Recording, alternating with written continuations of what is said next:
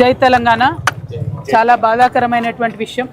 సాయి ఈశ్వరాచారి మరి నిన్న రాత్రి ఏదైతే ఆత్మహత్యాయత్నం చేసినాడో అతన్ని బతికించుకోలేకపోయినారు.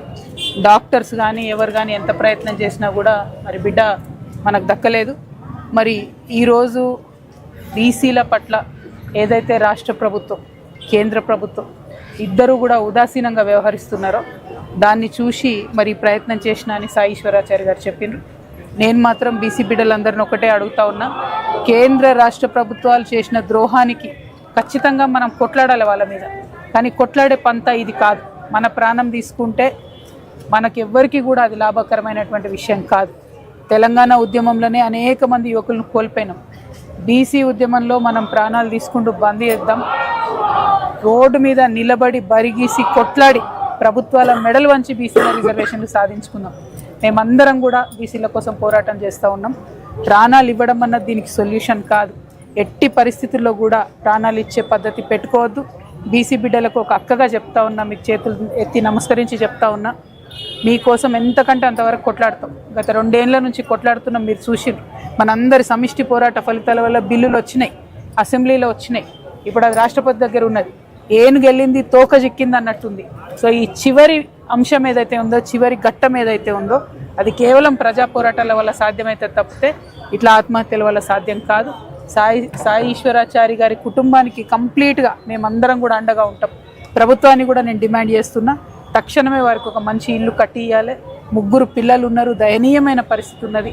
వాళ్ళకి తమ్ముడు ఉన్నాడు. ఆ అబ్బాయికైనా కనీసం ఉద్యోగం ఇస్తే మరి కంపల్సరీ ఆ కుటుంబాన్ని అబ్బాయి చూసుకోగలుగుతాడు. సో అబ్బాయికి ఉద్యోగం ఇచ్చి వాళ్ళకు ఉండడానికి ఒక మంచి ఇల్లు కట్టియాలని చెప్పి నేను ప్రభుత్వాన్ని డిమాండ్ చేస్తూ ఉన్నాను. ఎట్ ద సేమ్ టైం నేను మళ్ళీ చెప్తున్నా, చావు అనేది సొల్యూషన్ కాదు. ఆ వైపుగా మన ఆలోచన కూడా వెళ్ళకూడదు.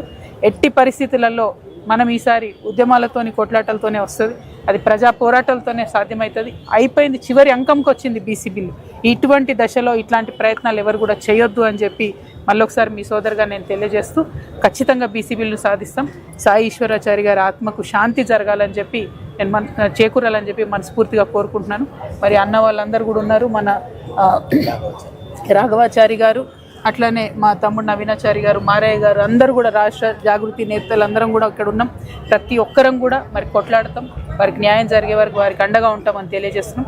స్వర్ణకారులు అది శ్రీకాంతాచారి అయినా, ప్రొఫెసర్ జయశంకర్ గారైనా, ఇప్పుడు ఈ తమ్ముడు సాయి ఈశ్వరాచారి అయినా మరి వారు ఎంత పట్టుదలతో ఎంత పంతంతో వారు నమ్ముకున్న సిద్ధాంతానికి కట్టుబడి ఉంటారో చెప్పిండ్రు. ఈ బిడ్డ కూడా స్వర్ణకారుడు మరి వృత్తి చేసినటువంటి వ్యక్తి, వృత్తి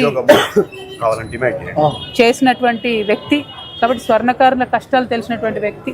ఈ సమాజం నుంచి వచ్చినటువంటి వాళ్ళు ఎంత అంకితభావంతో ఉంటారనేది మనకు జయశంకర్ సార్ నిరూపించు, శ్రీకాంతాచారి నిరూపించింది, ఇప్పుడు సాయి ఈశ్వరాచారి కూడా నిరూపించినటువంటి సందర్భాన్ని చూస్తున్నాం. కానీ ఈ పంతా కరెక్ట్గా ఇట్లా మనం పోవద్దు, కొట్లాడదాం, నిలబడదాం. Thank you. జై తెలంగాణ.